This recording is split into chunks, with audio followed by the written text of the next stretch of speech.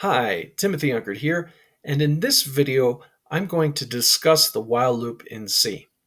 I've already included my header file and I've created my main function. So let's get started. I'm first going to declare a variable I, and then I'm going to set I equal to 0.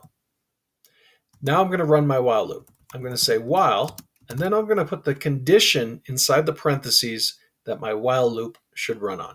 So I'm going to say while I is less than 10. Then with inside curly braces here, I'm going to type the code that's going to be run during the loop.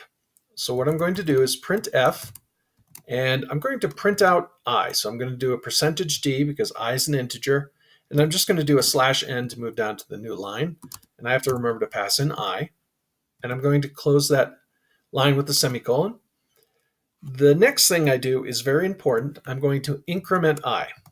If I didn't increment I would always stay as 0, and the while loop would always run because I would always be less than 10. So I want it to increase by 1 each time through the loop, so eventually it stops. At the end of my main function, I'm going to return 0. I'm going to open up my terminal and compile this.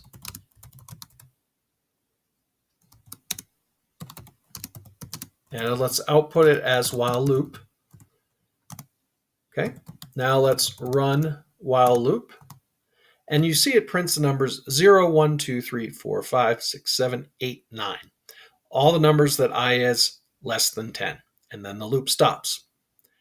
I hope you found this video helpful. If you did, please like, subscribe, and hit the bell for notifications, as it really does help the channel grow. I thank you for watching, and I hope to see you in the next one. Have a great day. Bye.